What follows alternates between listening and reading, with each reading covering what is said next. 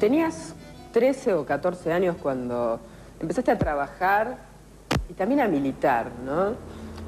Digo, en esto de empezar a recorrer tu biografía, el dato de la precocidad, de la doble precocidad, porque yo creo que recién debías calzarte los pantalones largos cuando arrancó la militancia, arrancó el trabajo periodístico, ¿no? ¿Tenés alguna explicación para esa enorme precocidad? Ninguna. Fue así. Fue así nomás y las cosas se dan como se dan.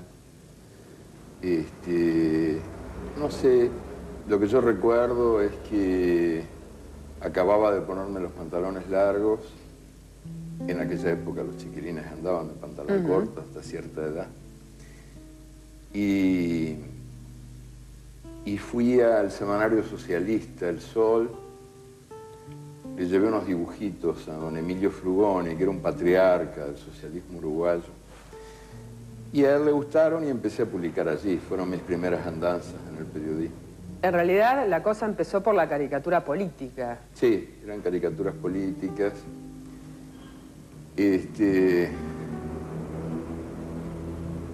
Como una necesidad de reír sería, ¿no? Y de hacer reír. Las dos cosas, dos fuentes ahí de repente que uno podría ubicar bien tempranito, ¿no? Uno, la necesidad de dibujar, de expresarme por la imagen, que fue la primera que sentí, antes de que aparecieran las palabras, o antes de que me convirtiera en un perseguidor de palabras, ¿no? Lo primero fue la imagen y después lo otro, esa presencia del humor, de la necesidad de reír, no sé. Sí, empecé haciendo chistes políticos y chistes que también no eran políticos, dibujados. No sé, eso... Hace poquito leí un poema del emperador Adriano, que dicen que fue lo último que dijo. Y alguien lo registró en su lecho de agonía, estaba yéndose del mundo, muriéndose. Y dicen que Adriano dijo algo así como esto. Alma mía, pequeñita, alma mía, vagabunda, ¿a dónde irás ahora? ¿A qué regiones heladas y oscuras irás? Ya no contarás más chistes.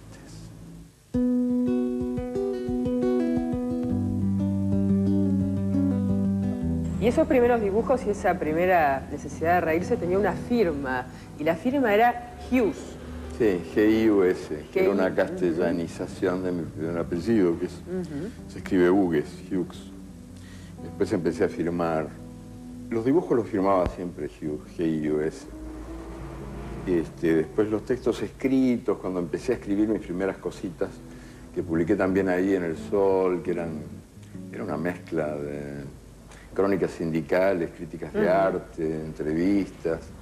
La firmaba Hughes Galeano, H. Galeano, y después quedó Galeano, y así se me conoce ahora.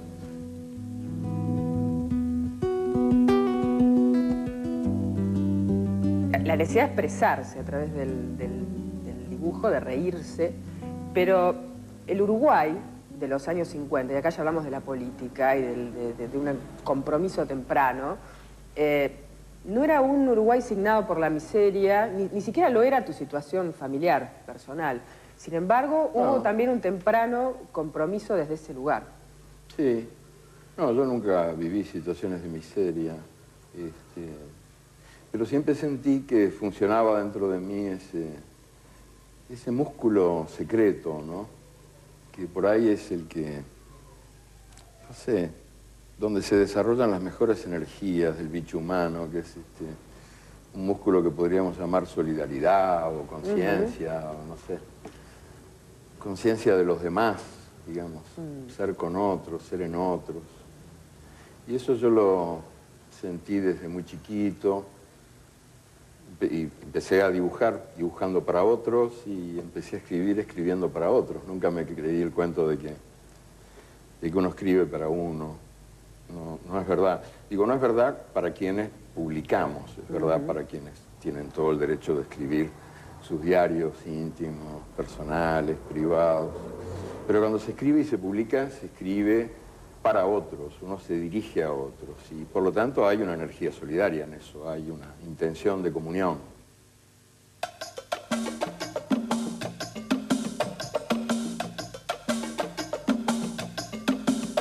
Como ocurre en todo el Río de la Plata, los uruguayos nacen gritando gol. Eduardo Hugh Galeano nació gritando un gol de Nacional.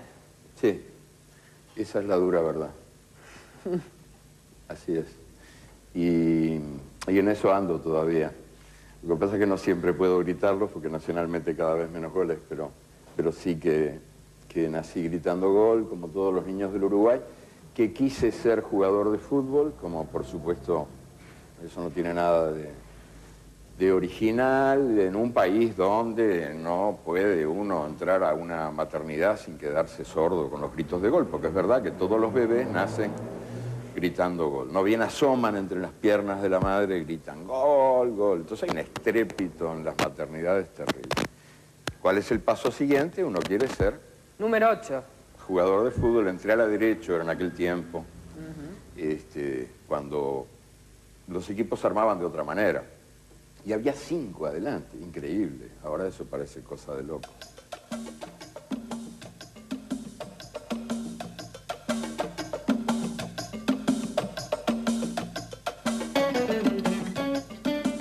Sueño de número 8 y sueño de Picasso. Eran así como los dos sueños que estaban dando vueltas por aquel entonces. Sí. Pero el fútbol, amor no correspondido, decís vos por ahí. Patadura total.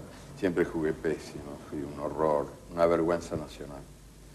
Y bueno, después me vengué años después, escribiendo un libro, El fútbol a sol y sombra, donde quise hacer con las manos lo que no había podido hacer con los pies. Y el libro fue escrito, el fútbol a sol y sombra, para contribuir a la conversión de los paganos, o sea, para que perdieran el miedo al fútbol los intelectuales que leen libros y para que perdieran el miedo a los libros los fanáticos del fútbol que desconfían de los intelectuales. Para los intelectuales de derecha el fútbol es la prueba de que el pueblo piensa con los pies. Y para los intelectuales de izquierda el fútbol tiene la culpa de que el pueblo no piense. Son simétricos desprecios por una pasión popular que yo comparto y respeto. Entonces ahí se armaban aquellos líos. No me escucho.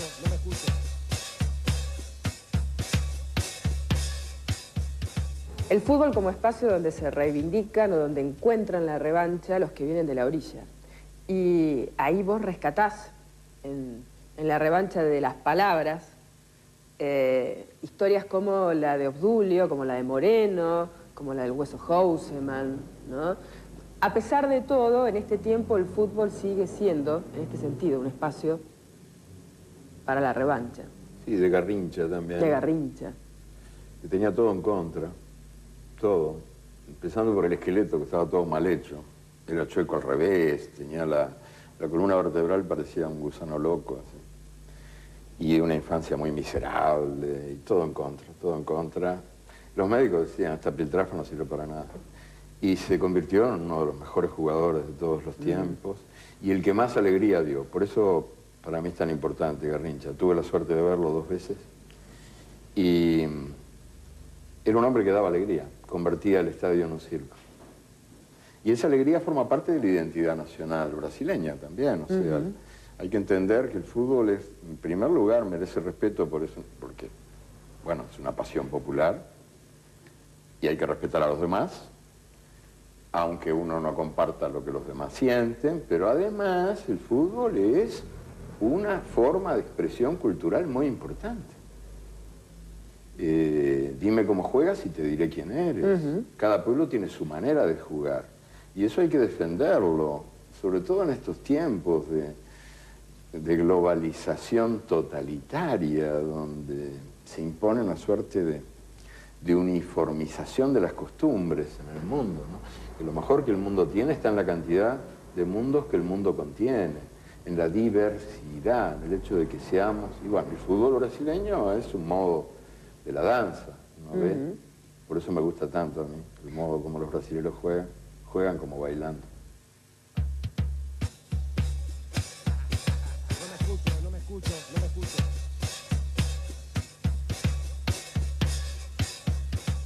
Y hablando de maestros de este tiempo en la cancha, de tipos talentosos, creativos, Gullit. En Holanda, el negro, el gran negro de entre las cabezas rubias, de la naranja mecánica, y en Europa el racismo crece y la xenofobia. Pero ahí está Gullit, para Sí, no, tomarse y la ahora revancha en la cancha. Ya no pueden negarles espacio a los negros en el fútbol actual, porque fíjate, uno ve las selecciones triunfantes. Francia, por ejemplo, yo ni sabía que Francia estaba habitada por tantos negros. Holanda, puros negros. O sea, son los negros de las colonias que vuelven a la metrópoli y regalan a Francia la gloria más alta, la Copa del Mundo. Negros, marroquíes, extranjeros, los despreciados. Zinedine Zidane, presidente, decía, bajo el Arco de Triunfo, un cartel enorme el día de la celebración. Parecían todos nietos de Juana de Arco, pero claro que la realidad no es esa.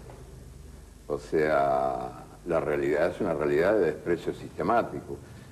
Entonces, el fútbol es una máscara, un modo que el sistema encuentra para disfrazar su racismo. No, yo creo que no, que es un instrumento tremendo de lucha contra los prejuicios racistas.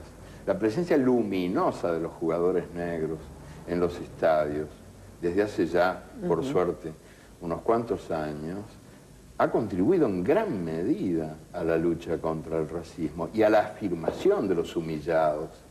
A decir, no, nosotros valemos. Experiencias periodísticas de marcha, después de época, ya por supuesto el arranque con tu primera novela.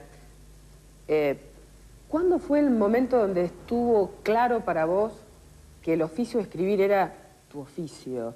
Que lo que querías era ser ese cazador de historias, ¿no? Que seguís siendo aún hoy. Creo que fue gracias a Las Venas Abiertas de América Latina.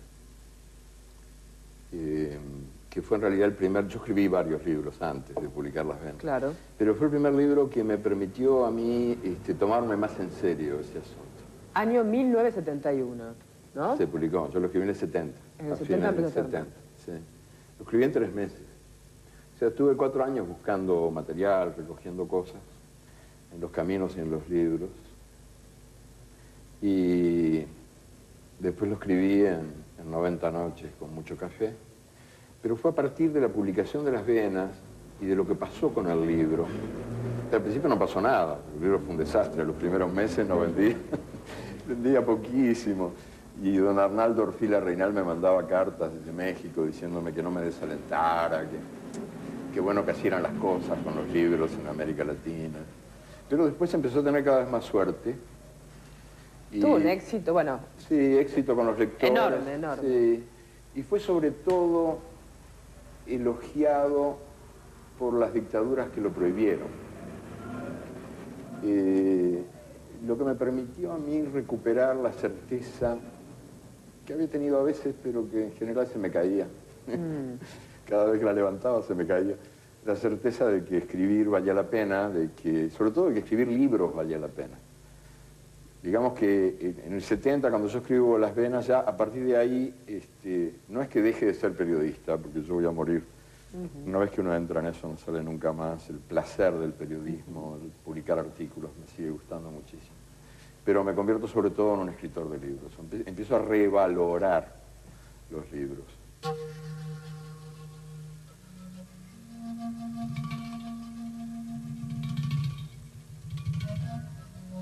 Por ahí uno no tiene muchas certezas, ¿no? Cada vez Sí. Uno guarda unas poquitas, pero hay algunas muy claras. Y la certeza de la militancia por la memoria Sí. se afirmó ahí, ¿no? Porque en realidad fue una especie de contrahistoria de América Latina, Las Sí, Vegas. hace poquito leí, pero lamentablemente me olvidé del nombre, soy malo para los nombres. Una entrevista que le hicieron a un escritor norteamericano que yo no conocía, un hombre joven, y me gustó una frase que dice, pero me olvidé del nombre de él. Pero la frase igual vale, aunque me olvide del nombre. La frase es, la historia es todo lo que no nos contaron. Me pareció muy bueno eso. Digo, sí, la historia es todo lo que no nos contaron. Y Las Venas fue una primera tentativa de recuperar algunas cosas del pasado que podían alimentar la energía del cambio en América Latina contra el fatalismo, contra esta ideología de la impotencia de la que estamos tan enfermos todavía, ¿no? Esta cosa de que seguimos convencidos de que no se puede. Y a veces no se puede se convierte en no se debe, lo que es todavía peor. El miedo. En el fondo, desde Las Venas en adelante, son todos libros escritos contra el miedo de cambiar, el miedo de ser, el miedo de vivir, el miedo de ser tú mismo, de abrir tu propio camino.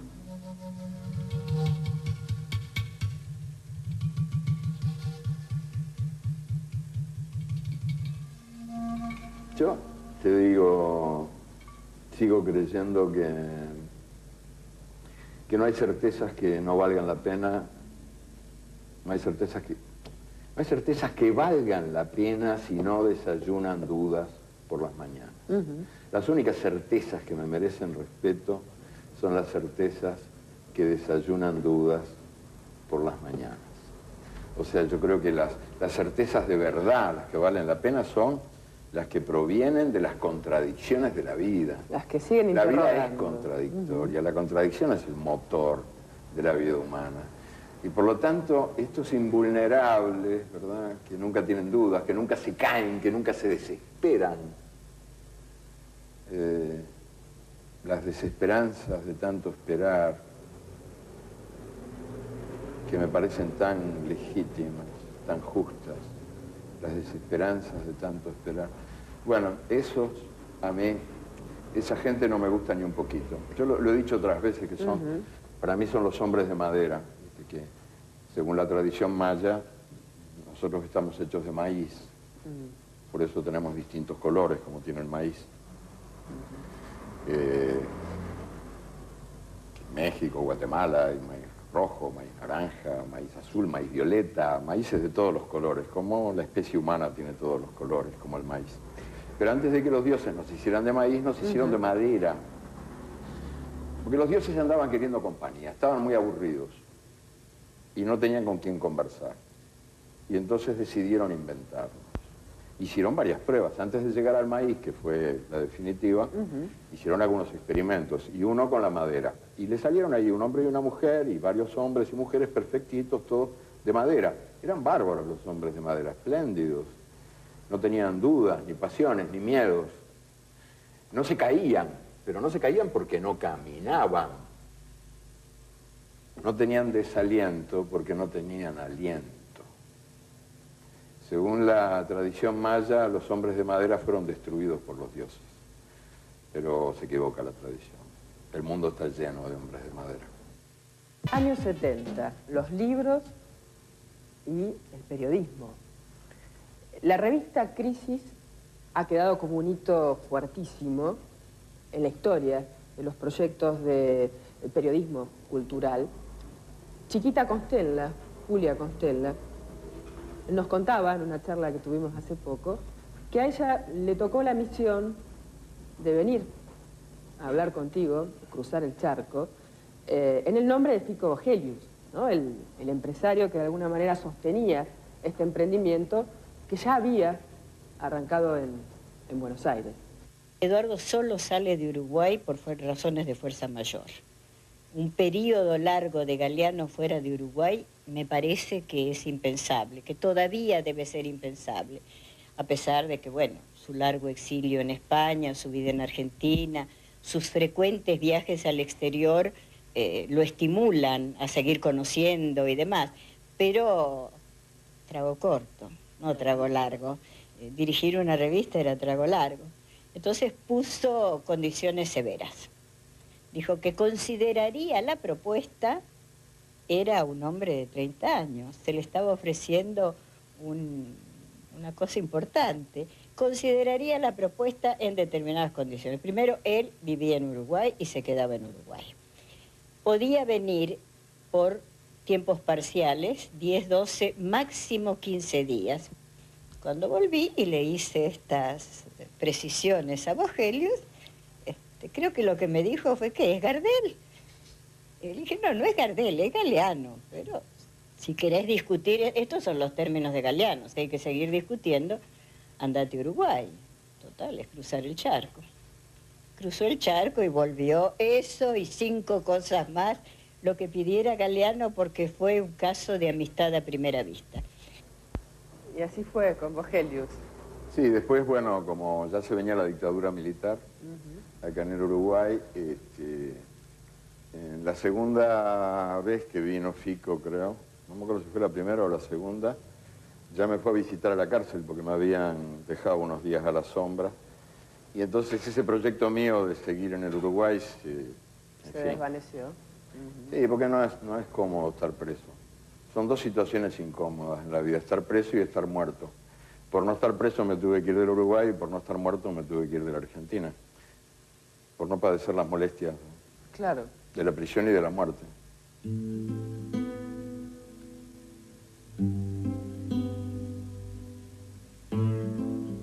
Lo importante es decir que Crisis se propuso desde el principio conversar con la gente, o sea, practicar un tipo de periodismo cultural que no era habitual, ni en Argentina ni en ninguna parte, que consistía en conversar con la gente. O sea, no solo hablar sobre la realidad o a la realidad, sino también ser capaces de escucharla y de transmitir sus voces.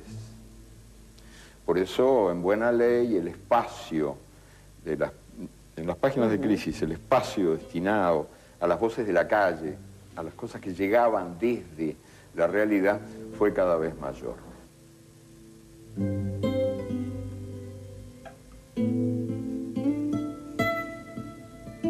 Año 1975, la AAA amenazaba, y no solo amenazaba, cumplía sus amenazas.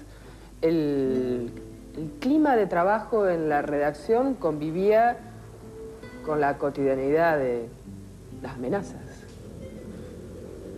Sí, al final no había manera de seguir. Ya en el 76 vino el golpe, la revista estaba muy desintegrada, por alguna gente que se había tenido que ir amenazada, otros que habían caído asesinados, otros que estaban presos o desaparecidos. Y todo ese clima de terror que se instala y que hace imposible una tarea creativa con la libertad imprescindible para ejercerla, ¿no? Entonces al final resolvimos caer parados. O sea, a veces el único lenguaje posible es el lenguaje del silencio. El silencio es un lenguaje. Vos citás una frase de Onetti. Sí. Que Onetti se le roba a los chinos, no se sabe muy bien cómo es, si es un proverbio chino Sí, o no, pero sí, que tiene sí, que ver porque con, él era muy mentiroso. Tiene y que ver con entonces, esto del Onetti silencio. siempre me decía, es verdad, me dijo algo que yo jamás olvidé y que siempre intento poner en práctica, y es eso, ese presunto proverbio chino. Él decía que era un proverbio chino, pero yo no sé si el chino no era él, ¿no? Según el cual las únicas palabras que merecen existir son las palabras mejores que el silencio. Y ese presunto proverbio chino también se podría traducir como las únicas palabras que merecen existir son las palabras tan dignas como el silencio. Entonces nosotros elegimos la dignidad del silencio porque ya no se podía la censura seguir publicando, era enorme, imposible. era enorme.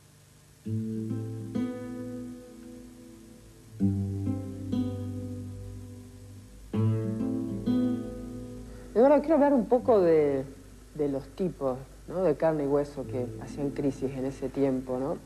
Charlando con Aníbal Ford, él sacó de su biblioteca una novela tuya, La canción de nosotros, que tiene una dedicatoria de puño y letra, que dice, la quiero leer textual, cortita: aquí estamos, atados al pie del mástil. El mar está bravo. Pocas cosas unen más a los hombres. Está bien eso. Yo no tenía, la verdad que no me acordaba para nada de que lo hubiera escrito. Pero está bien. Menos mal, porque yo a veces cuando me dicen, te voy a leer una cosa que escribiste, no sé, tal, me viene pánico, digo, qué disparate habré dicho. Y la verdad es que eso está bien, porque es cierto que en Las Bravas, acá había un viejo caudillo político, don Luis Alberto de Herrera, que decía que cuando la marea crece, a un lado quedan los bagres y al otro las tarareras. Y eso pasa, ¿verdad? Cuando viene brava la marea, uno redescubre a la gente. Los horrores y las maravillas. Y después, Eduardo, llegó inevitablemente el exilio europeo, no hubo otro camino posible. Sí, nos fuimos con Elena, mi mujer, que nos acabábamos de conocer hacía poquito y nos salvamos juntos. Nos fuimos al exilio, a Calella de la Costa, en Barcelona. Ahí pasamos algunos años, 8 o 9 años. En ese periodo yo escribí Memoria del Fuego, la trilogía. Quizás porque tenía razón Paulo Freire, el gran educador que enseñó aprendiendo, ese lindísimo tipo que fue Paulo Freire, que decía, para acercarse hay que tomar distancia. Y el exilio es una situación así.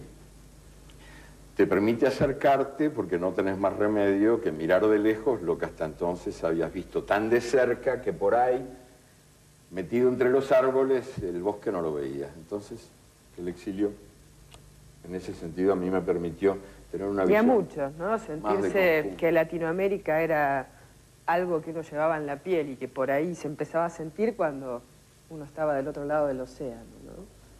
Sí, es un desafío el exilio.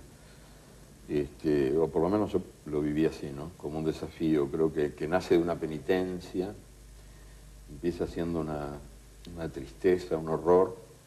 Y ahí uno tiene que ver qué hace con esa tristeza, en qué convierte esa pena, ¿no? Trabajar fue como la cura, ¿no? Seguro, fue también una manera de dar una respuesta creadora a algo que venía difícil, que venía mal. Y en el exilio uno siempre siente la tentación de confundirse, de elegir la nostalgia en lugar de la esperanza, de creer que todo tiempo pasado fue mejor.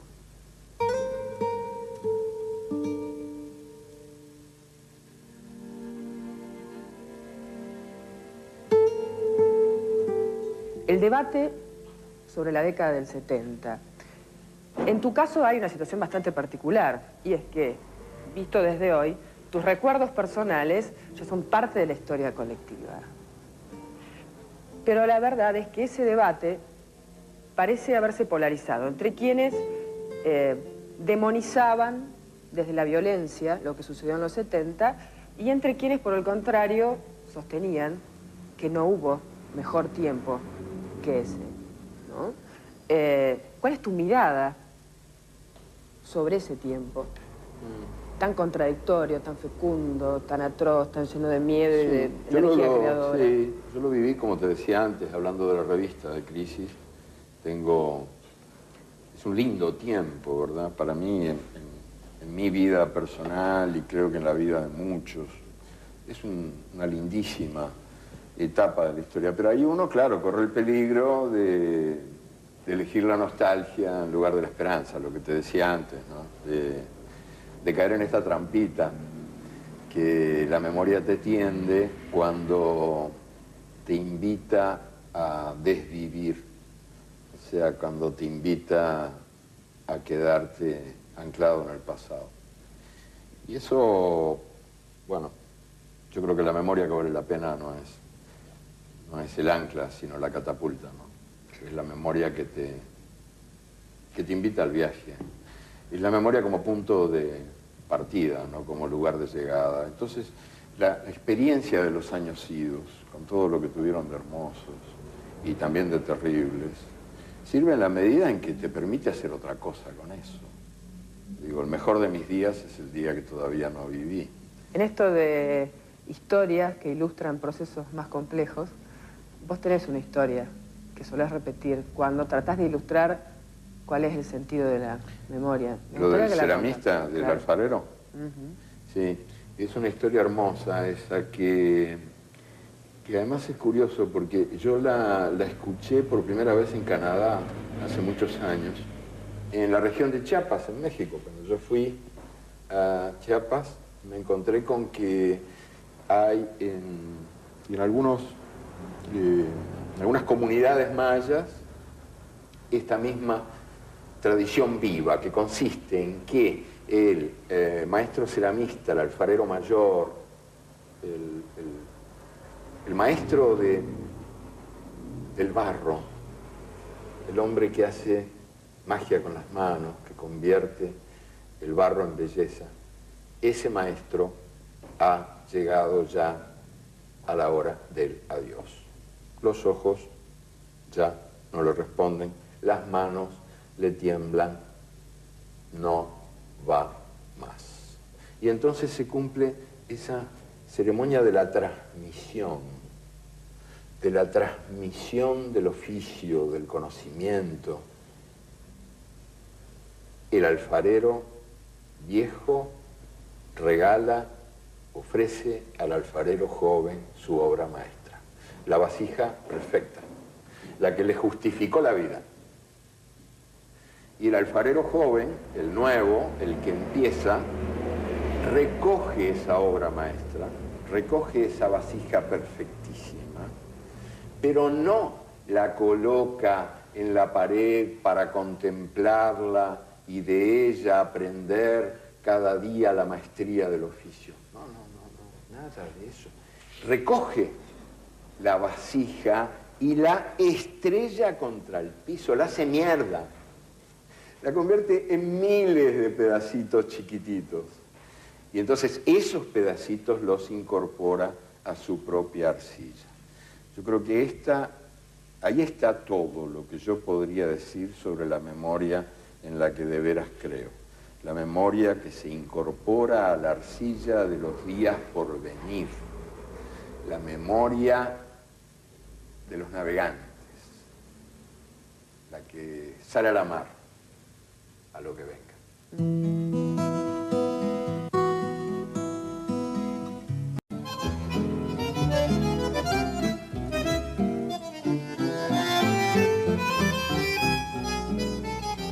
Tenías 13 o 14 años cuando empezaste a trabajar y también a militar, ¿no? Digo, en esto de empezar a recorrer tu biografía, el dato de la precocidad, de la doble precocidad, porque yo creo que recién debías calzarte los pantalones largos cuando arrancó la militancia, arrancó el trabajo periodístico, ¿no? ¿Tenés alguna explicación para esa enorme precocidad? Ninguna. Fue así. Fue así nomás y las cosas se dan como se dan. No sé, lo que yo recuerdo es que acababa de ponerme los pantalones largos. En aquella época los chiquilines andaban de pantalón corto hasta cierta edad. Y fui al semanario socialista, El Sol. Le llevé unos dibujitos a don Emilio Frugoni, que era un patriarca del socialismo uruguayo. Y a él le gustaron y empecé a publicar allí. Fueron mis primeras andanzas en el periodismo. En realidad la cosa empezó por la caricatura política. Sí, eran caricaturas políticas.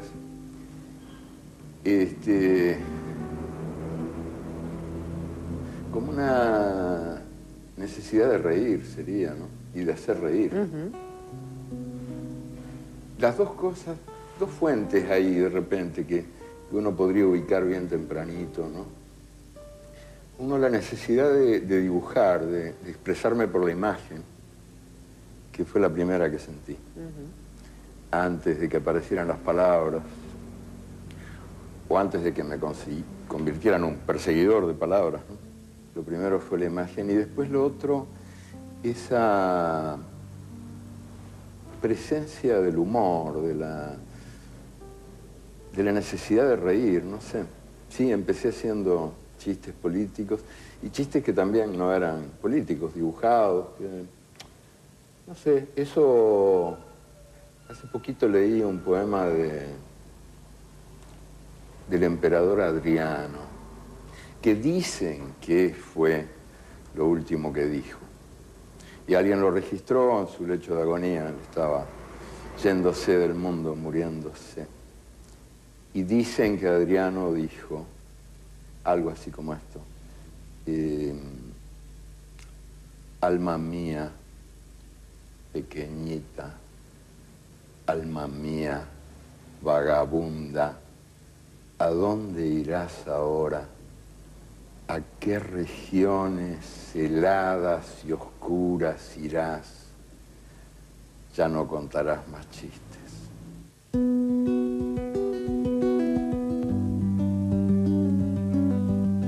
Y esos primeros dibujos y esa primera necesidad de reírse tenía una firma, y la firma era Hughes.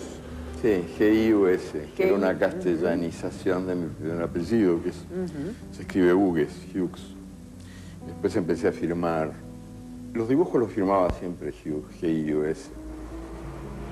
Después los textos escritos, cuando empecé a escribir mis primeras cositas, que publiqué también ahí en El Sol, que era una mezcla de crónicas sindicales, críticas de arte, entrevistas. La firmaba Hughes Galeano, H. Galeano, y después quedó Galeano, y así se me conoce ahora.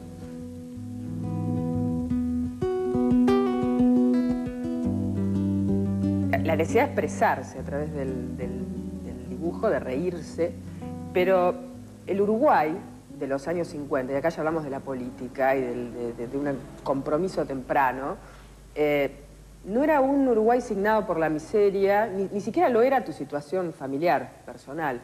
Sin embargo, hubo también un temprano compromiso desde ese lugar. Sí. No, yo nunca viví situaciones de miseria, pero siempre sentí que funcionaba dentro de mí ese músculo secreto, ¿no? Que por ahí es el que, no sé, donde se desarrollan las mejores energías del bicho humano, que es un músculo que podríamos llamar solidaridad o conciencia, o no sé, conciencia de los demás, digamos, ser con otros, ser en otros. Y eso yo lo sentí desde muy chiquito, y empecé a dibujar, dibujando para otros, y empecé a escribir, escribiendo para otros. Nunca me creí el cuento de que uno escribe para uno. No es verdad. Digo, no es verdad para quienes publicamos, es verdad para quienes tienen todo el derecho de escribir sus diarios íntimos, personales, privados. Pero cuando se escribe y se publica, se escribe para otros, uno se dirige a otros. Y por lo tanto hay una energía solidaria en eso, hay una intención de comunión.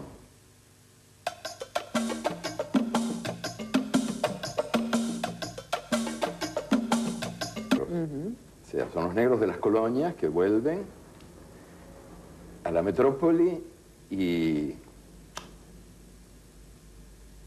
regalan a Francia la gloria más alta, la Copa del Mundo. Negros, marroquíes, extranjeros, los despreciados. Zinedine Zidane, presidente, decía, bajo el Arco de Triunfo, un cartel enorme el día de la celebración. Parecían todos nietos de Juana de Arco, pero claro que la realidad no es esa. O sea, la realidad es una realidad de desprecio sistemático. Entonces, el fútbol es una máscara, un modo que el sistema encuentra para disfrazar su racismo. No, yo creo que no, que es un instrumento tremendo de lucha contra los prejuicios racistas. La presencia luminosa de los jugadores negros en los estadios, desde hace ya, por suerte, unos cuantos años, ha contribuido en gran medida a la lucha contra el racismo y a la afirmación de los humillados.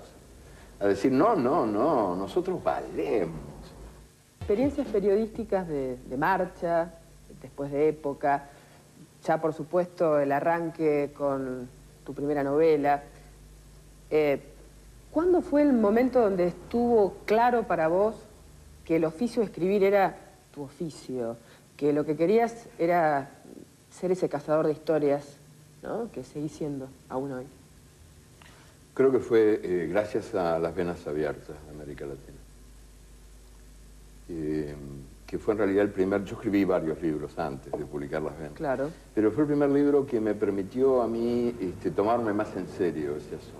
Año 1971, ¿no? Se publicó, yo lo escribí en el 70. En el a 70 finales del empezó a 70, sí. Lo escribí en 3 meses. O sea, estuve 4 años buscando material, recogiendo cosas, en los caminos y en los libros. Y después lo escribí en 90 noches con mucho café. Pero fue a partir de la publicación de Las Venas y de lo que pasó con el libro. Al principio no pasó nada, el libro fue un desastre. Los primeros meses no vendía, vendía poquísimo. Y don Arnaldo Orfila Reinal me mandaba cartas desde México diciéndome que no me desalentara, que bueno que así eran las cosas con los libros en América Latina. Pero después empezó a tener cada vez más suerte. Tuvo un éxito, bueno... Sí, éxito con los lectores. Enorme, enorme. Sí. Y fue sobre todo elogiado por las dictaduras que lo prohibieron. Lo que me permitió a mí recuperar la certeza que había tenido a veces, pero que en general se me caía. Cada vez que la levantaba se me caía. La certeza de que escribir valía la pena, sobre todo de que escribir libros valía la pena. Digamos que en el 70, cuando yo escribo Las Venas, ya a partir de ahí, no es que deje de ser periodista, porque yo voy a morir. Una vez que uno entra en eso no sale nunca más. El placer del periodismo, el publicar artículos, me sigue gustando muchísimo. Pero me convierto sobre todo en un escritor de libros. Empiezo a revalorar los libros.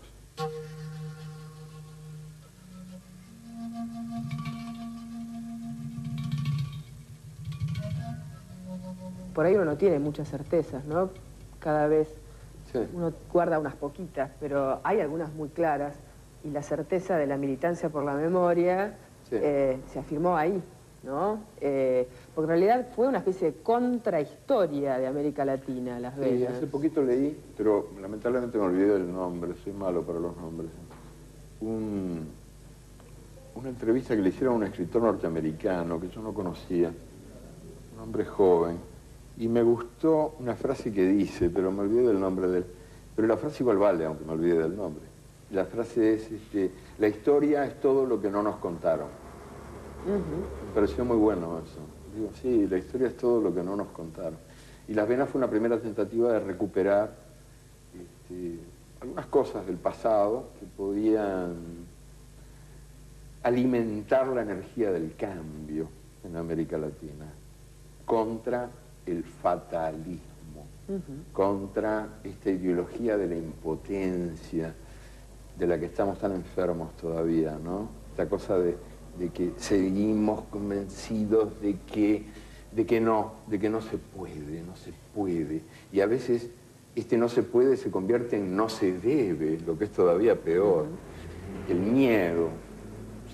En el fondo, desde Las Venas en adelante, son todos libros escritos contra el miedo de cambiar, el miedo de ser, el miedo de vivir, el miedo de ser tú mismo, de abrir tu propio camino.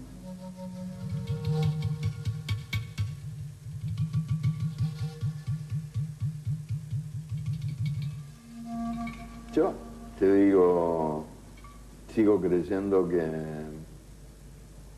no hay certezas que no valgan la pena, no hay certezas que valgan la pena si no desayunan dudas por las mañanas. Las únicas certezas que me merecen respeto son las certezas que desayunan dudas por las mañanas. O sea, yo creo que las certezas de verdad, las que valen la pena, son las que provienen de las contradicciones de la vida. Las que siguen La interrogando. vida es contradictoria, la contradicción es el motor de la vida humana. Y por lo tanto, estos invulnerables, ¿verdad?, que nunca tienen dudas, que nunca se caen, que nunca se desesperan,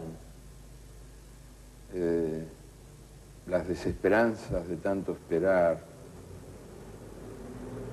que me parecen tan legítimas, tan justas, las desesperanzas de tanto esperar.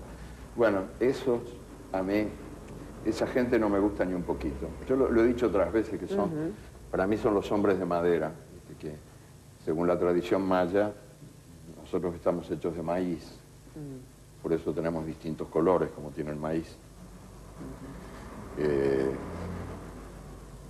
México, Guatemala, hay maíz rojo, maíz naranja, maíz azul, maíz violeta, maíces de todos los colores, como la especie humana tiene todos los colores, como el maíz.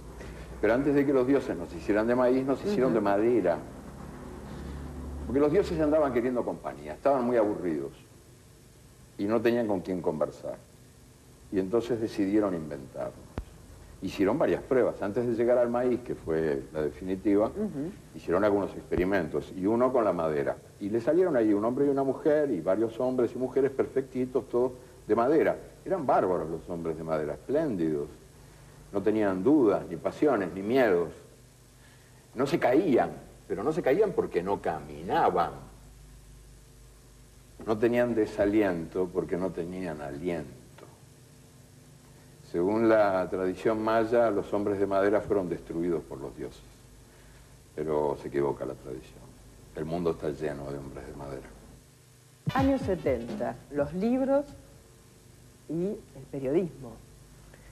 La revista Crisis ha quedado como un hito fuertísimo en la historia de los proyectos de periodismo cultural. Chiquita Constella, Julia Constella, nos contaba en una charla que tuvimos hace poco que a ella le tocó la misión de venir a hablar contigo, cruzar el charco, en el nombre de Fico Vogelius, ¿no? El empresario que de alguna manera sostenía este emprendimiento que ya había arrancado en Buenos Aires. Eduardo solo sale de Uruguay por razones de fuerza mayor. Un periodo largo de Galeano fuera de Uruguay me parece que es impensable, que todavía debe ser impensable, a pesar de que, bueno, su largo exilio en España, su vida en Argentina, sus frecuentes viajes al exterior lo estimulan a seguir conociendo y demás, pero trago corto, no trago largo. Dirigir una revista era trago largo. Entonces puso condiciones severas. Dijo que consideraría la propuesta, era un hombre de 30 años, se le estaba ofreciendo una cosa importante, consideraría la propuesta en determinadas condiciones. Primero, él vivía en Uruguay y se quedaba en Uruguay. Podía venir por tiempos parciales, 10, 12, máximo 15 días. Cuando volví y le hice estas precisiones a Vogelius, creo que lo que me dijo fue que es Gardel. Y le dije, no es Gardel, es Galeano. Pero si querés discutir, estos son los términos de Galeano, si hay que seguir discutiendo, andate a Uruguay. Total, es cruzar el charco. Cruzó el charco y volvió eso y 5 cosas más, lo que pidiera Galeano, porque fue un caso de amistad a primera vista. Y así fue con Vogelius. Sí, después, bueno, como ya se venía la dictadura militar, acá en el Uruguay, en la segunda vez que vino Fico, creo, no me acuerdo si fue la primera o la segunda, ya me fue a visitar a la cárcel porque me habían dejado unos días a la sombra. Y entonces ese proyecto mío de seguir en el Uruguay se desvaneció. Sí, porque no es cómodo estar preso. Son dos situaciones incómodas en la vida, estar preso y estar muerto. Por no estar preso me tuve que ir del Uruguay y por no estar muerto me tuve que ir de la Argentina. Por no padecer las molestias de la prisión y de la muerte.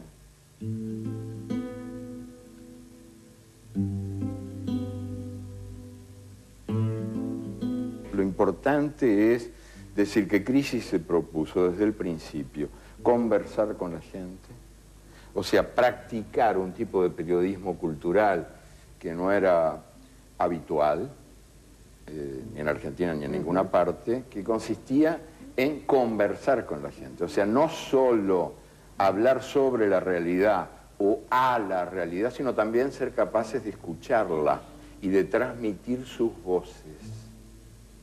Por eso, en Buena Ley, el espacio en las páginas de... Como ocurre en todo el Río de la Plata, los uruguayos nacen gritando gol. Eduardo Hugh Galeano nació gritando un gol de Nacional. Sí, esa es la dura verdad. Así es. Y en eso ando todavía. Lo que pasa es que no siempre puedo gritarlo porque nacionalmente cada vez menos goles, pero sí que nací gritando gol, como todos los niños del Uruguay, que quise ser jugador de fútbol, como por supuesto eso no tiene nada de original, en un país donde no puede uno entrar a una maternidad sin quedarse sordo con los gritos de gol, porque es verdad que todos los bebés nacen gritando gol. No bien asoman entre las piernas de la madre, gritan gol, gol. Entonces hay un estrépito en las maternidades terrible. ¿Cuál es el paso siguiente? Uno quiere ser... Número 8.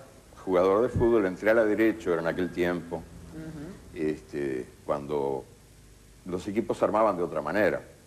Y había 5 adelante, increíble. Ahora eso parece cosa de loco.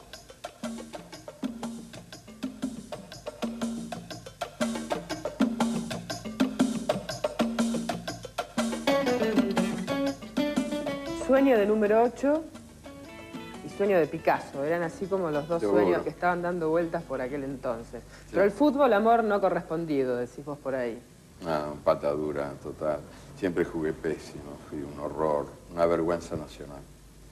Y bueno, después me vengué años después, escribiendo un libro, El fútbol a sol y sombra, donde quise hacer con las manos lo que no había podido hacer con los pies.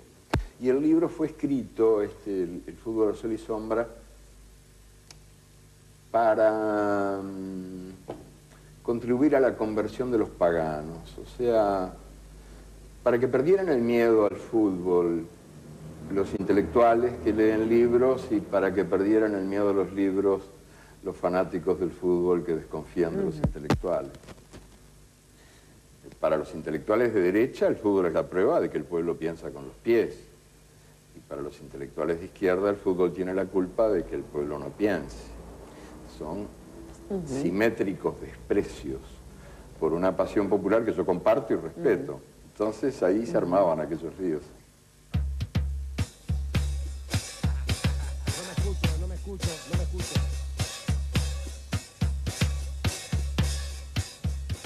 El fútbol como espacio donde se reivindican o donde encuentran la revancha los que vienen de la orilla. Y ahí vos rescatás en la revancha de las palabras historias como la de Obdulio, como la de Moreno, como la del Hueso Houseman, ¿no? A pesar de todo, en este tiempo el fútbol sigue siendo, en este sentido, un espacio para la revancha. Sí, de Garrincha también. De Garrincha. Que tenía todo en contra, todo. Empezando por el esqueleto, que estaba todo mal hecho. Era chueco al revés, tenía la columna vertebral, parecía un gusano loco, así. Y una infancia muy miserable, y todo en contra, todo en contra. Los médicos decían, esta Pietraffa no sirve para nada. Y se convirtió en uno de los mejores jugadores de todos los tiempos, y el que más alegría dio. Por eso, para mí es tan importante Garrincha. Tuve la suerte de verlo 2 veces, y era un hombre que daba alegría, convertía el estadio en un circo. Y esa alegría forma parte de la identidad nacional brasileña también, o sea, hay que entender que el fútbol es, en primer lugar, merece respeto por eso, porque, bueno, es una pasión popular y hay que respetar a los demás, aunque uno no comparta lo que los demás sienten, pero además el fútbol es una forma de expresión cultural muy importante. Dime cómo juegas y te diré quién eres. Cada pueblo tiene su manera de jugar y eso hay que defenderlo, sobre todo en estos tiempos de globalización totalitaria, donde se impone una suerte de uniformización de las costumbres en el mundo, ¿no? Que lo mejor que el mundo tiene está en la cantidad de mundos que el mundo contiene, en la diversidad, en el hecho de que seamos... Y bueno, el fútbol brasileño es un modo de la danza, ¿no ves? Por eso me gusta tanto a mí, el modo como los brasileños juegan como bailando.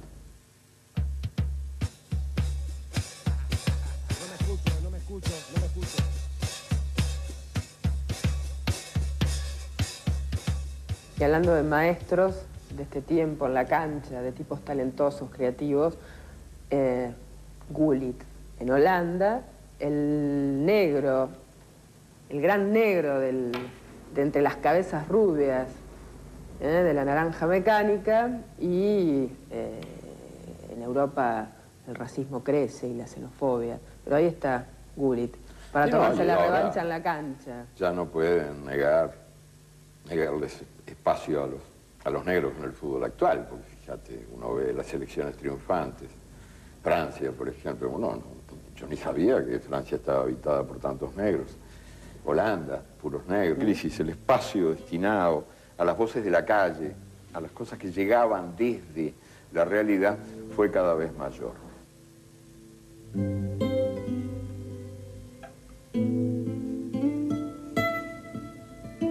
Año 1975, la AAA amenazaba, y no solo amenazaba, cumplía sus amenazas. El clima de trabajo en la redacción convivía con la cotidianidad de las amenazas. Sí, al final no había manera de seguir. Ya en el 76 vino el golpe, la revista estaba muy desintegrada, bueno, alguna gente que se había tenido que ir amenazada, otros que habían caído asesinados, otros que estaban presos o desaparecidos. Y todo ese clima de terror que se instala y que hace imposible una tarea creativa con la libertad imprescindible para ejercerla, ¿no? Entonces al final resolvimos caer parados. O sea, a veces el único lenguaje posible es el lenguaje del silencio. El silencio es un lenguaje. Vos citás una frase de Onetti. Sí. Que Onetti se le roba a los chinos, no se sabe muy bien cómo es, si es un proverbio chino Sí, o no, pero sí, que tiene que ver porque él con, era muy mentiroso. tiene Y que ver con entonces, esto sí, del Onetti silencio. siempre me decía, es verdad, me dijo algo que yo jamás olvidé y que siempre intento poner en práctica, y es eso, ese presunto proverbio chino. Él decía que era un proverbio chino, pero yo no sé si el chino no era él, ¿no? Según el cual las únicas palabras que merecen existir son las palabras mejores que el silencio. Y ese presunto proverbio chino también se podría traducir como las únicas palabras que merecen existir son las palabras tan dignas como el silencio. Entonces nosotros elegimos la dignidad del silencio porque ya no se podía Ya la censura seguir publicando, era enorme, imposible. era enorme.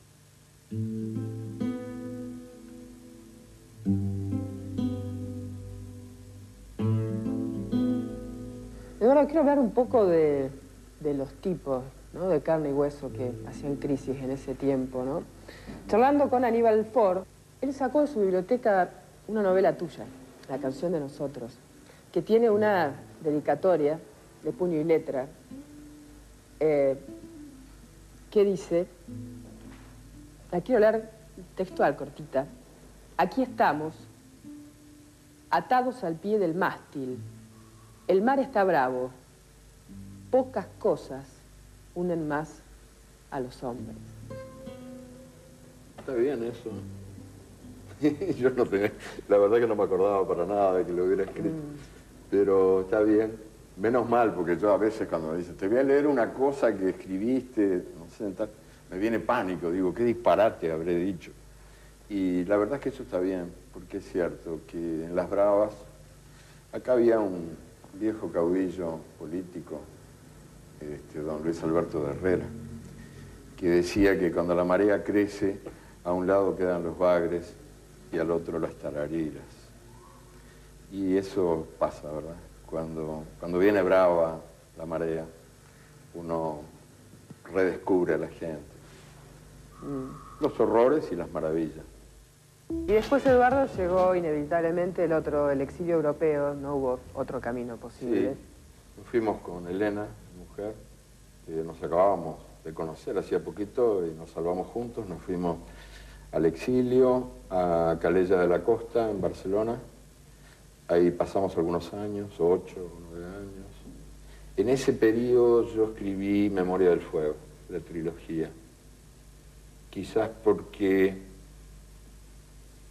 quizás porque tenía razón Paulo Freire, el gran educador que enseñó aprendiendo, ese lindísimo tipo que fue Paulo Freire, que decía, para acercarse hay que tomar distancia. Y el exilio es una situación así. Te permite acercarte porque no tenés más remedio que mirar de lejos lo que hasta entonces habías visto tan de cerca que por ahí, metido entre los árboles, el bosque no lo veías. Entonces, el exilio, en ese sentido, a mí me permitió tener una visión. Y a muchos, ¿no? Sentirse que Latinoamérica era algo que uno llevaba en la piel y que por ahí se empezaba a sentir cuando uno estaba del otro lado del océano, ¿no? Sí, es un desafío el exilio.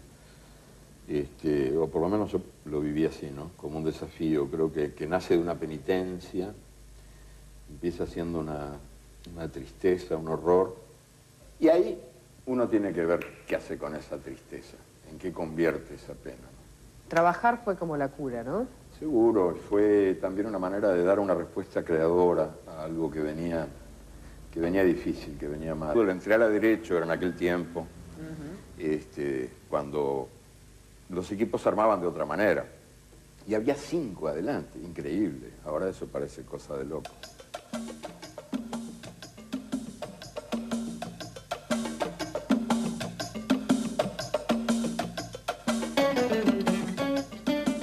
Sueño de número 8 y sueño de Picasso. Eran así como los dos Seguro. sueños que estaban dando vueltas por aquel entonces. Sí. Pero el fútbol, amor no correspondido, decís vos por ahí. Patadura total. Siempre jugué pésimo, fui un horror, una vergüenza nacional. Y bueno, después me vengué años después, escribiendo un libro, El fútbol a sol y sombra, donde quise hacer con las manos lo que no había podido hacer con los pies. Y el libro fue escrito, el fútbol a sol y sombra,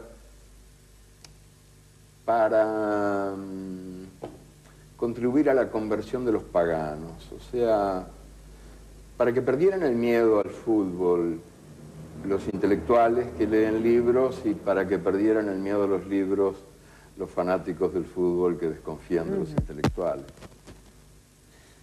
Para los intelectuales de derecha el fútbol es la prueba de que el pueblo piensa con los pies.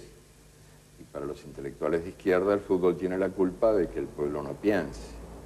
Son simétricos desprecios por una pasión popular que yo comparto y respeto. Entonces ahí se armaban aquellos líos. No me escucho.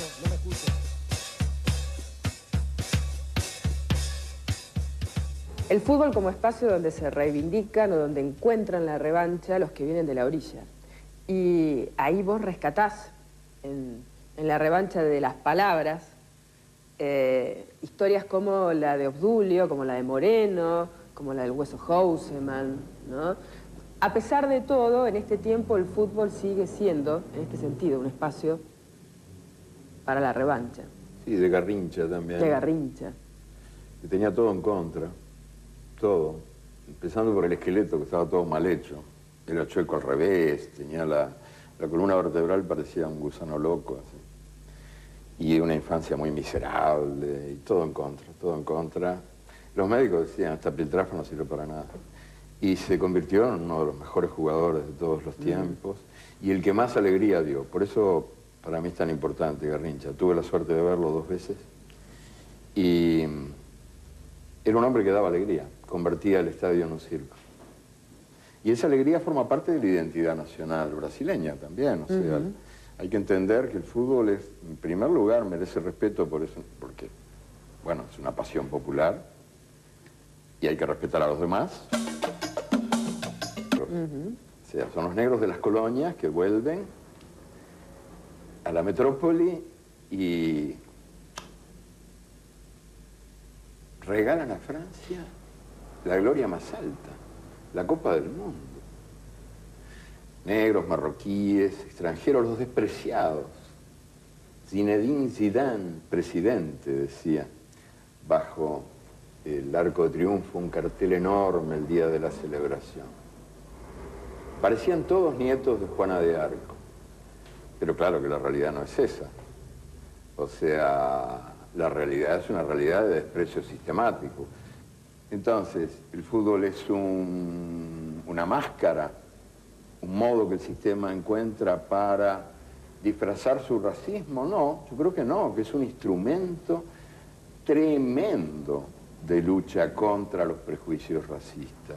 La presencia luminosa de los jugadores negros en los estadios, desde hace ya, por suerte, unos cuantos años, ha contribuido en gran medida a la lucha contra el racismo y a la afirmación de los humillados. A decir, no, nosotros valemos. Experiencias periodísticas de marcha, después de época, ya por supuesto el arranque con tu primera novela. ¿Cuándo fue el momento donde estuvo claro para vos que el oficio de escribir era tu oficio? Que lo que querías era ser ese cazador de historias, ¿no?, que seguís siendo aún hoy. Creo que fue gracias a Las Venas Abiertas de América Latina. Que fue en realidad el primer... Yo escribí varios libros antes de publicar Las Venas. Claro. Pero fue el primer libro que me permitió a mí tomarme más en serio ese asunto. Año 1971, ¿no? Se publicó, yo lo escribí en el 70. En el a 70 fines del empezó a 70, sí. Lo escribí en 3 meses. O sea, estuve 4 años buscando material, recogiendo cosas, en los caminos y en los libros. Y después lo escribí en 90 noches con mucho café. Pero fue a partir de la publicación de Las Venas y de lo que pasó con el libro. Al principio no pasó nada, el libro fue un desastre. Los primeros meses no vendí, vendía poquísimo. Y don Arnaldo Orfila Reinal me mandaba cartas desde México diciéndome que no me desalentara, que bueno que así eran las cosas con los libros en América Latina. Pero después empezó a tener cada vez más suerte. Tuvo un éxito, bueno... Sí, éxito con los lectores. Enorme, enorme. Sí. Y fue sobre todo elogiado por las dictaduras que lo prohibieron. Lo que me permitió a mí recuperar... pero siempre sentí que funcionaba dentro de mí ese músculo secreto, ¿no? Que por ahí es el que, no sé, donde se desarrollan las mejores energías del bicho humano, que es un músculo que podríamos llamar solidaridad o conciencia, o no sé, conciencia de los demás, digamos, ser con otros, ser en otros. Y eso yo lo sentí desde muy chiquito, y empecé a dibujar, dibujando para otros, y empecé a escribir, escribiendo para otros. Nunca me creí el cuento de que uno escribe para uno. No es verdad. Digo, no es verdad para quienes publicamos, es verdad para quienes tienen todo el derecho de escribir sus diarios íntimos, personales, privados. Pero cuando se escribe y se publica, se escribe para otros, uno se dirige a otros, y por lo tanto hay una energía solidaria en eso, hay una intención de comunión.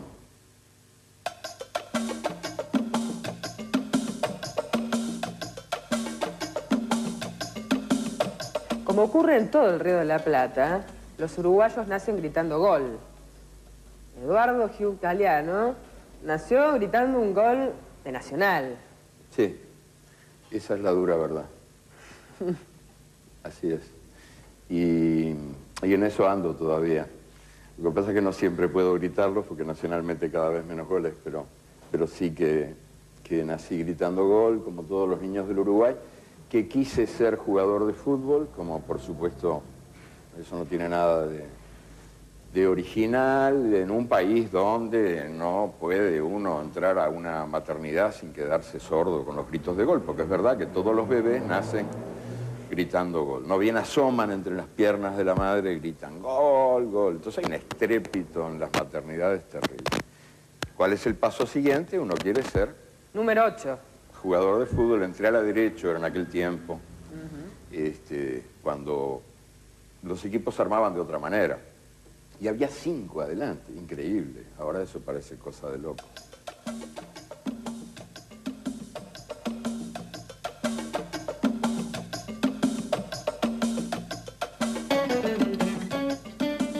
Sueño de número 8 y sueño de Picasso. Eran así como los dos Seguro. sueños que estaban dando vueltas por aquel entonces. Sí. Pero el fútbol, amor no correspondido, decís vos por ahí. Ah, patadura total. Siempre jugué pésimo, fui un horror, una vergüenza nacional. Y bueno, después me vengué años después, escribiendo un libro, El fútbol a sol y sombra, donde quise hacer con las manos lo que no había podido hacer con los pies. Y el libro fue escrito, el fútbol bien tempranito, ¿no? Uno la necesidad de dibujar, de expresarme por la imagen, que fue la primera que sentí. Antes de que aparecieran las palabras, o antes de que me convirtiera en un perseguidor de palabras, ¿no? Lo primero fue la imagen y después lo otro, esa presencia del humor, de la necesidad de reír, no sé. Sí, empecé haciendo chistes políticos y chistes que también no eran políticos, dibujados. No sé, eso... Hace poquito leí un poema del emperador Adriano, que dicen que fue lo último que dijo. Y alguien lo registró en su lecho de agonía, estaba yéndose del mundo, muriéndose. Y dicen que Adriano dijo algo así como esto. Alma mía, pequeñita, alma mía, vagabunda, ¿a dónde irás ahora? ¿A qué regiones heladas y oscuras irás? Ya no contarás más chistes.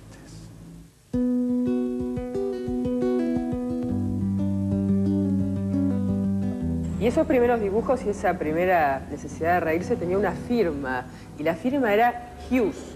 Sí, G-I-U-S, que era una castellanización de mi primer apellido, que se escribe Hughes, Hughes. Después empecé a firmar. Los dibujos los firmaba siempre Hughes, G-I-U-S. Después los textos escritos, cuando empecé a escribir mis primeras cositas, que publiqué también ahí en El Sol, que era una mezcla de crónicas sindicales, críticas de arte, entrevistas. La firmaba Hughes Galeano, H. Galeano, y después quedó Galeano, y así se me conoce ahora.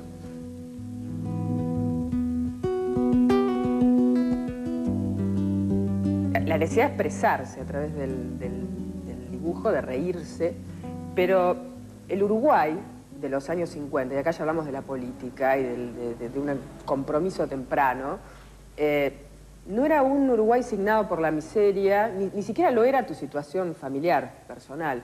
Sin embargo, hubo también un temprano compromiso desde ese lugar. Sí. No, yo nunca viví situaciones de miseria, pero siempre sentí que funcionaba dentro de mí ese músculo secreto, ¿no? Que por ahí es el que, no sé, donde se desarrollan las mejores energías del bicho humano. No había manera de seguir. Ya en el 76 vino el golpe, la revista estaba muy desintegrada, bueno, alguna gente que se había tenido que ir amenazada, otros que habían caído asesinados, otros que estaban presos o desaparecidos, y todo ese clima de terror que se instala y que hace imposible una tarea creativa con la libertad imprescindible para ejercerla, ¿no? Entonces al final resolvimos caer parados. O sea, a veces el único lenguaje posible es el lenguaje del silencio. El silencio es un lenguaje. Vos citás una frase de Onetti. Sí. Que Onetti se le roba a los chinos, no se sabe muy bien cómo es, si es un proverbio chino Sí, o no, pero sí, que tiene sí, que ver porque con, él era muy mentiroso. Tiene y que ver con entonces, esto del Onetti silencio. siempre me decía, es verdad, me dijo algo que yo jamás olvidé y que siempre intento poner en práctica, y es eso, ese presunto proverbio chino. Él decía que era un proverbio chino, pero yo no sé si el chino no era él, ¿no? Según el cual las únicas palabras que merecen existir son las palabras mejores que el silencio. Y ese presunto proverbio chino también se podría traducir como las únicas palabras que merecen existir son las palabras tan dignas como el silencio. Entonces nosotros elegimos la dignidad del silencio, porque ya no se podía Ya la censura seguir publicando, era enorme, imposible. era enorme.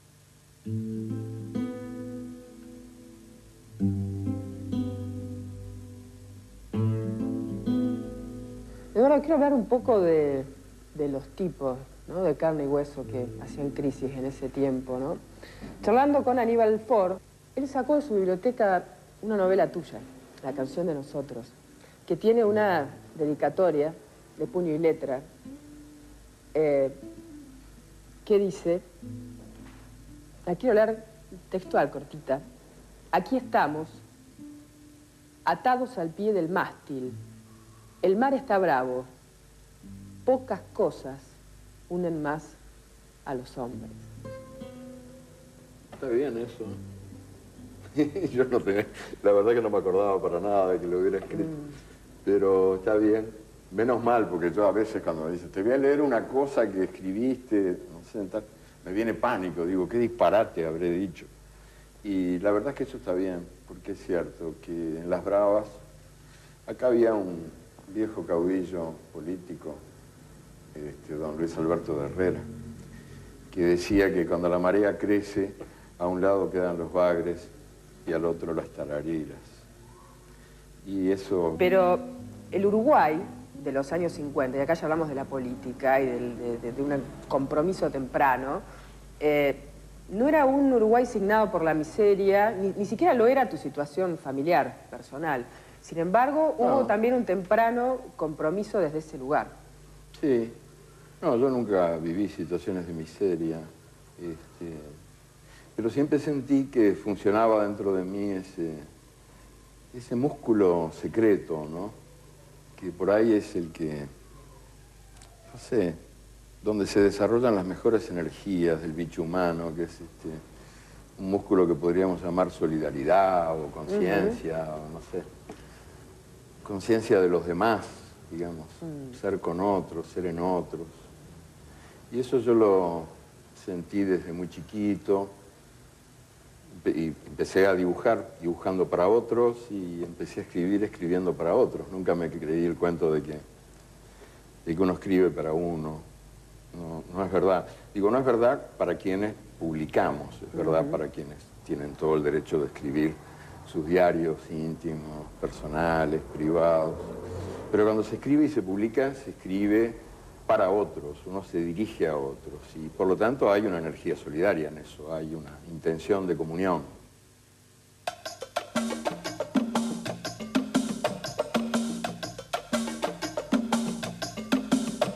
Como ocurre en todo el Río de la Plata, los uruguayos nacen gritando gol. Eduardo Hugh Galeano nació gritando un gol de Nacional. Sí, esa es la dura verdad. Así es. Y en eso ando todavía. Lo que pasa es que no siempre puedo gritarlo, porque nacionalmente cada vez menos goles, pero sí que nací gritando gol, como todos los niños del Uruguay, que quise ser jugador de fútbol, como por supuesto, eso no tiene nada de original, en un país donde no puede uno entrar a una maternidad sin quedarse sordo con los gritos de gol, porque es verdad que todos los bebés nacen gritando gol. No bien asoman entre las piernas de la madre, gritan gol, gol. Entonces hay un estrépito en las maternidades terrible. ¿Cuál es el paso siguiente? Uno quiere ser... Número 8. Jugador de fútbol, entré a la derecha, era en aquel tiempo, cuando los equipos se armaban de otra manera. Y había 5 adelante, increíble. Ahora eso parece cosa de loco.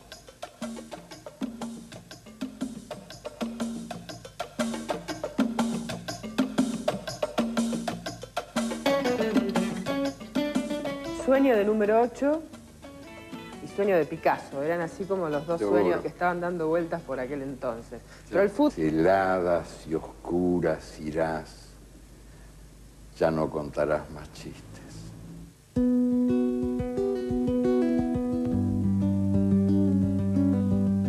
Y esos primeros dibujos y esa primera necesidad de reírse tenía una firma, y la firma era Hughes.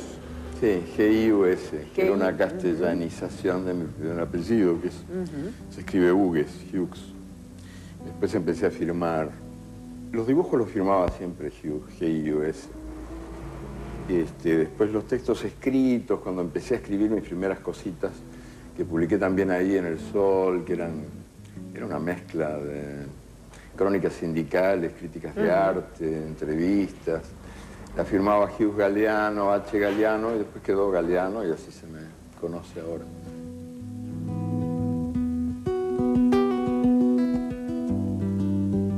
La necesidad de expresarse a través del dibujo, de reírse, pero el Uruguay de los años 50, y acá ya hablamos de la política y de un compromiso temprano, no era un Uruguay signado por la miseria, ni siquiera lo era tu situación familiar, personal. Sin embargo, hubo también un temprano compromiso desde ese lugar. Sí. No, yo nunca viví situaciones de miseria, pero siempre sentí que funcionaba dentro de mí ese músculo secreto, ¿no? Que por ahí es el que, no sé, donde se desarrollan las mejores energías del bicho humano, que es un músculo que podríamos llamar solidaridad o conciencia, o no sé, conciencia de los demás, digamos, ser con otros, ser en otros. Y eso yo lo sentí desde muy chiquito, y empecé a dibujar, dibujando para otros, y empecé a escribir, escribiendo para otros. Nunca me creí el cuento de que uno escribe para uno. No es verdad. Digo, no es verdad para quienes publicamos, es verdad para quienes tienen todo el derecho de escribir sus diarios íntimos, personales, privados. Pero cuando se escribe y se publica, se escribe para otros, uno se dirige a otros, y por lo tanto hay una energía solidaria en eso, hay una intención de comunión.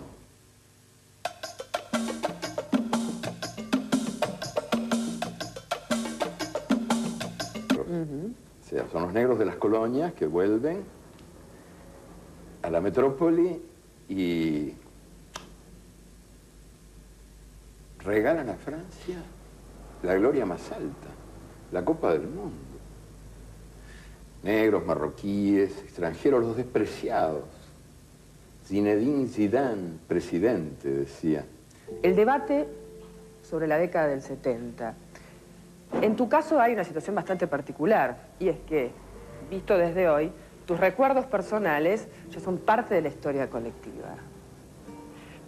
Pero la verdad es que ese debate parece haberse polarizado entre quienes demonizaban desde la violencia lo que sucedió en los 70, y entre quienes, por el contrario, sostenían que no hubo mejor tiempo que ese, ¿no? ¿Cuál es tu mirada sobre ese tiempo?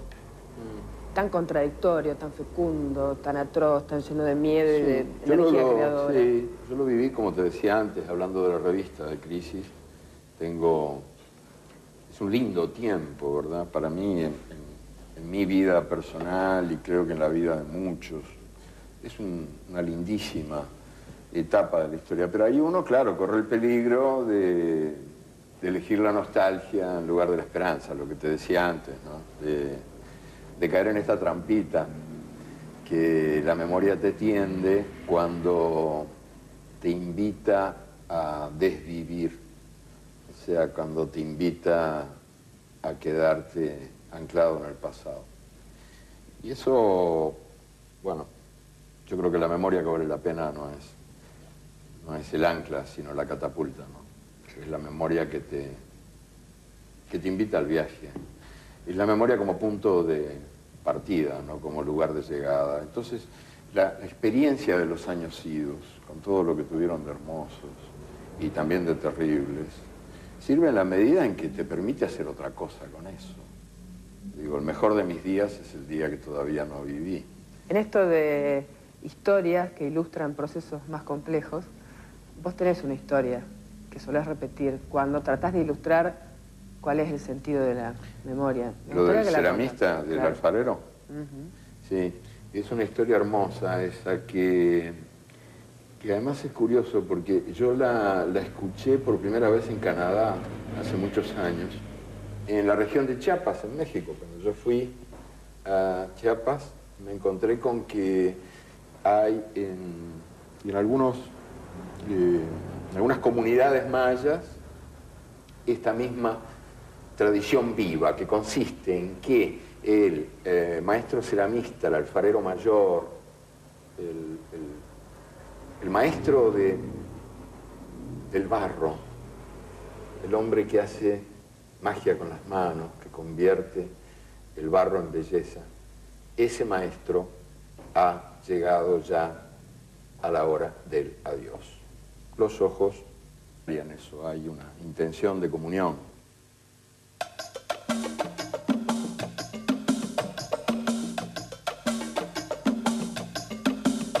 Como ocurre en todo el Río de la Plata, los uruguayos nacen gritando gol. Eduardo Hugh Galeano nació gritando un gol de Nacional.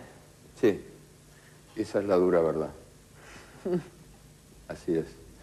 Y en eso ando todavía.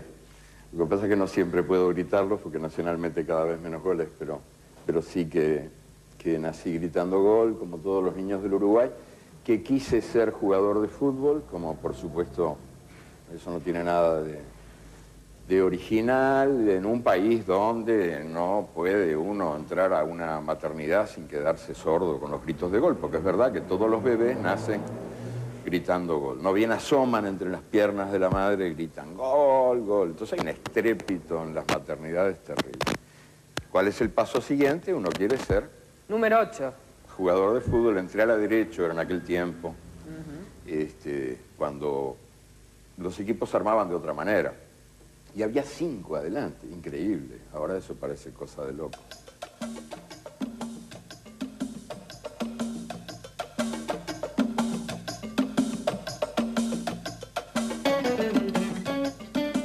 Sueño de número 8 y sueño de Picasso. Eran así como los dos Seguro. sueños que estaban dando vueltas por aquel entonces. Sí. Pero el fútbol, amor no correspondido, decís vos por ahí.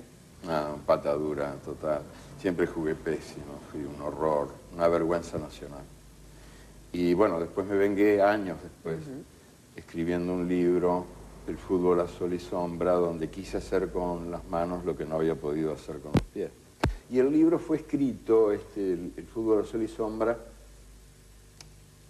para contribuir a la conversión de los paganos, o sea, para que perdieran el miedo al fútbol los intelectuales que leen libros y para que perdieran el miedo a los libros los fanáticos del fútbol que desconfían de los intelectuales.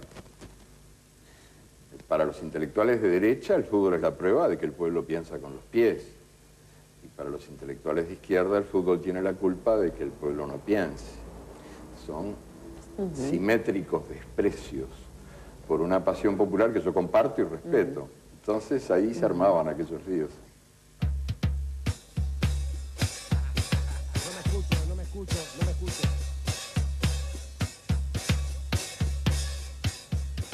El fútbol como espacio donde se reivindican o donde encuentran la revancha los que vienen de la orilla. Y ahí vos rescatás en la revancha. En la personal y creo que en la vida de muchos. Es una lindísima etapa de la historia. Pero ahí uno, claro, corre el peligro de elegir la nostalgia en lugar de la esperanza, lo que te decía antes, ¿no? De caer en esta trampita que la memoria te tiende cuando te invita a desvivir, o sea, cuando te invita a quedarte anclado en el pasado. Y eso, bueno, yo creo que la memoria que vale la pena no es el ancla, sino la catapulta, ¿no? Es la memoria que te invita al viaje. Es la memoria como punto de partida, ¿no? Como lugar de llegada. Entonces, la experiencia de los años idos, con todo lo que tuvieron de hermosos y también de terribles, sirve en la medida en que te permite hacer otra cosa con eso. Digo, el mejor de mis días es el día que todavía no viví. En esto de historias que ilustran procesos más complejos, vos tenés una historia que solés repetir cuando tratás de ilustrar cuál es el sentido de la memoria. Lo del ceramista, del claro. alfarero. Sí, es una historia hermosa esa que además es curioso porque yo la escuché por primera vez en Canadá hace muchos años en la región de Chiapas, en México. Cuando yo fui a Chiapas, me encontré con que hay en algunas comunidades mayas esta misma tradición viva, que consiste en que el maestro ceramista, el alfarero mayor, el maestro del barro, el hombre que hace magia con las manos, que convierte el barro en belleza, ese maestro ha llegado ya a la hora del adiós.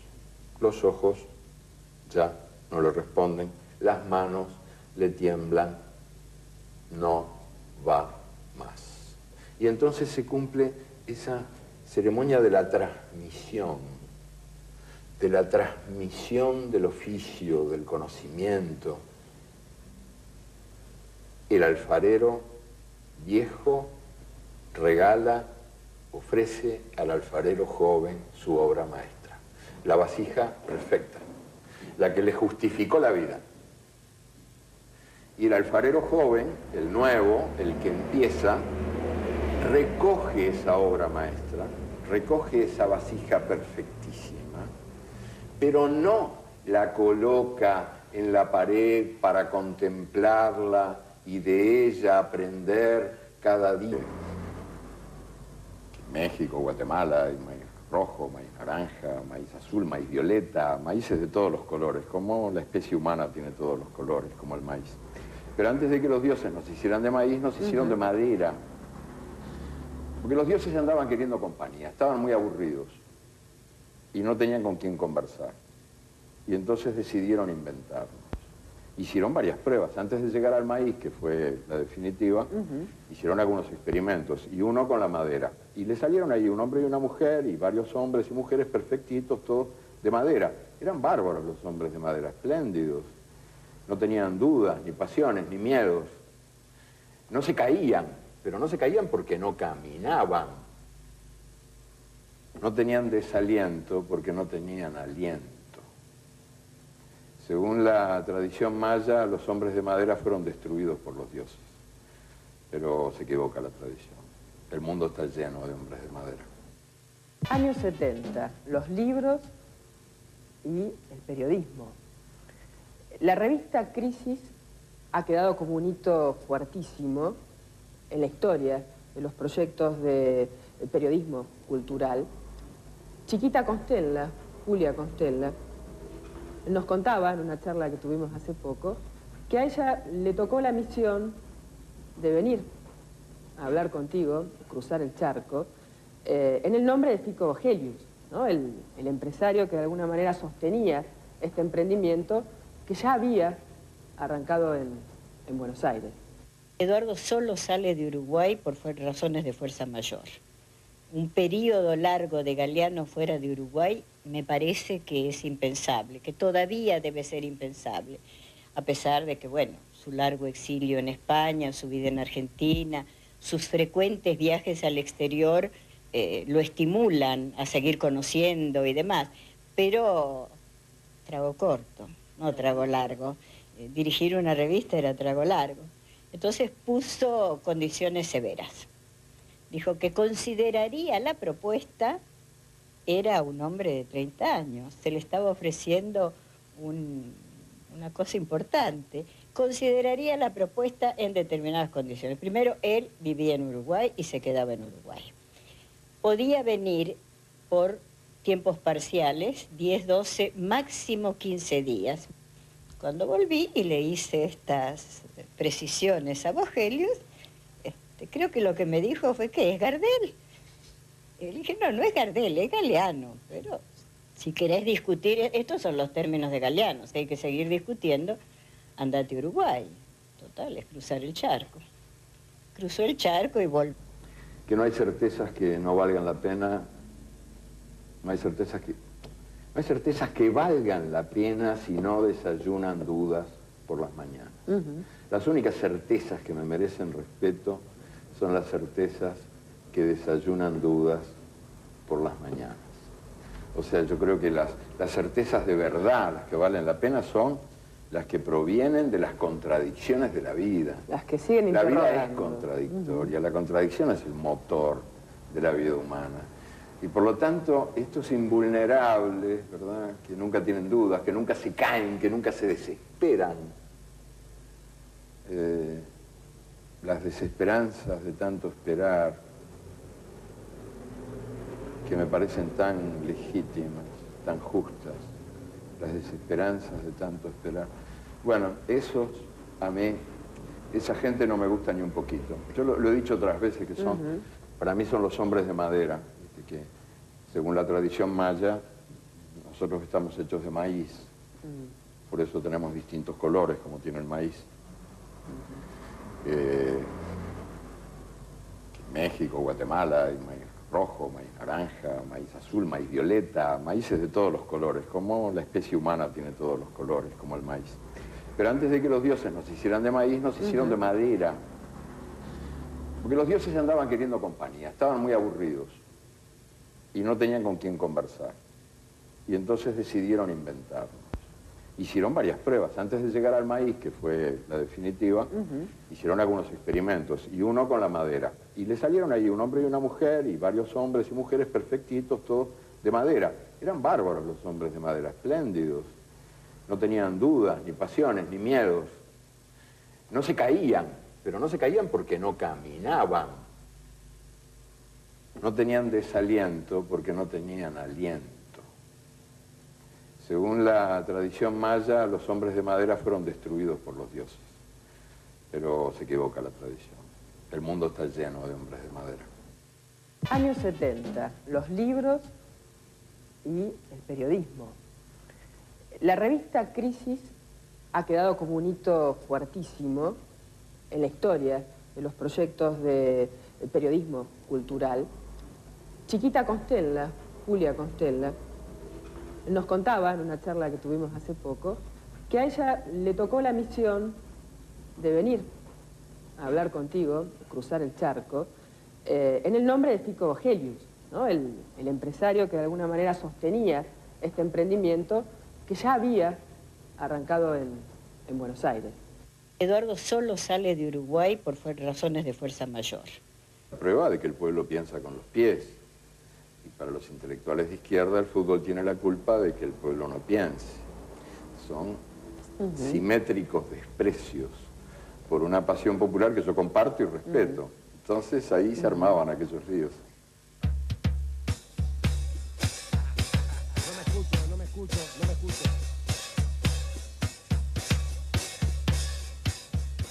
El fútbol como espacio donde se reivindican o donde encuentran la revancha los que vienen de la orilla. Y ahí vos rescatás, en la revancha de las palabras, historias como la de Obdulio, como la de Moreno, como la del Hueso Houseman, ¿no? A pesar de todo, en este tiempo el fútbol sigue siendo, en este sentido, un espacio para la revancha. Sí, de Garrincha también. De Garrincha. Que tenía todo en contra, todo. Empezando por el esqueleto, que estaba todo mal hecho. Era chueco al revés, tenía la columna vertebral, parecía un gusano loco, así. Y una infancia muy miserable, y todo en contra, todo en contra. Los médicos decían, esta piltrafa no sirve para nada. Y se convirtió en uno de los mejores jugadores de todos los tiempos, y el que más alegría dio. Por eso, para mí es tan importante Garrincha. Tuve la suerte de verlo 2 veces, y era un hombre que daba alegría, convertía el estadio en un circo. Y esa alegría forma parte de la identidad nacional brasileña también, o sea, hay que entender que el fútbol es, en primer lugar, merece respeto por eso, porque, bueno, es una pasión popular y hay que respetar a los demás, aunque uno no comparta lo que los demás sienten, pero además el fútbol es una forma de expresión cultural muy importante. Dime cómo juegas y te diré quién eres. Cada pueblo tiene su manera de jugar. Y eso hay que defenderlo, sobre todo en estos tiempos de globalización totalitaria, donde se impone una suerte de uniformización de las costumbres en el mundo, ¿no? Que lo mejor que el mundo tiene está en la cantidad de mundos que el mundo contiene, en la diversidad, en el hecho de que seamos... Y bueno, el fútbol brasileño es un modo la danza, ¿no ves? Por eso me gusta tanto a mí, el modo como los brasileños juegan como bailando. No me escucho, no me escucho, no me escucho.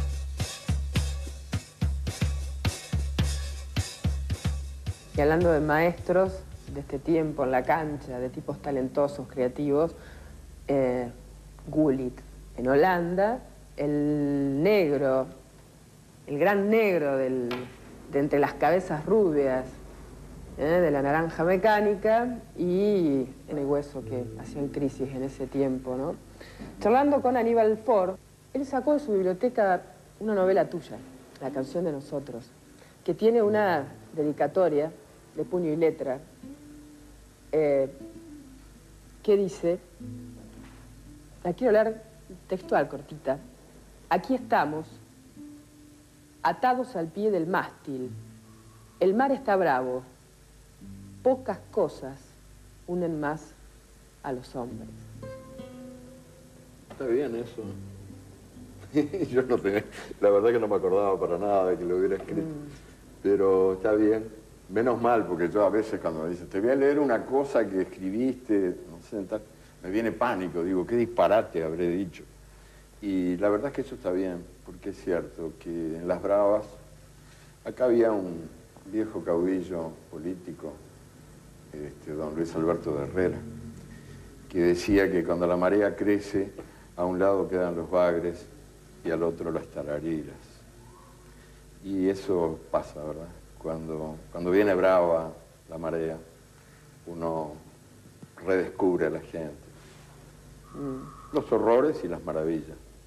Y después, Eduardo, llegó inevitablemente el exilio europeo, no hubo otro camino posible. Sí, nos fuimos con Elena, mi mujer, que nos acabábamos de conocer hacía poquito y nos salvamos juntos. Nos fuimos al exilio, a Calella de la Costa, en Barcelona. Ahí pasamos algunos años, 8 o 9 años. En ese periodo yo escribí Memoria del Fuego, la trilogía. Quizás porque tenía razón Paulo Freire, el gran educador que enseñó aprendiendo, ese lindísimo tipo que fue Paulo Freire, que decía, para acercarse hay que tomar distancia. Y el exilio es una situación así. Te permite acercarte porque no tenés más remedio que mirar de lejos lo que hasta entonces habías visto tan de cerca que por ahí, metido entre los árboles, el bosque no lo veías. Entonces, el exilio, en ese sentido, a mí me permitió tener una visión. Y a muchos, ¿no? Sentirse que Latinoamérica era algo que uno llevaba en la piel y que por ahí se empezaba a sentir cuando uno estaba del otro lado del océano, ¿no? Sí, es un desafío el exilio. O por lo menos yo lo viví así, ¿no? Como un desafío. Creo que nace de una penitencia, empieza siendo una tristeza, un horror, y ahí uno tiene que ver qué hace con esa tristeza, en qué convierte.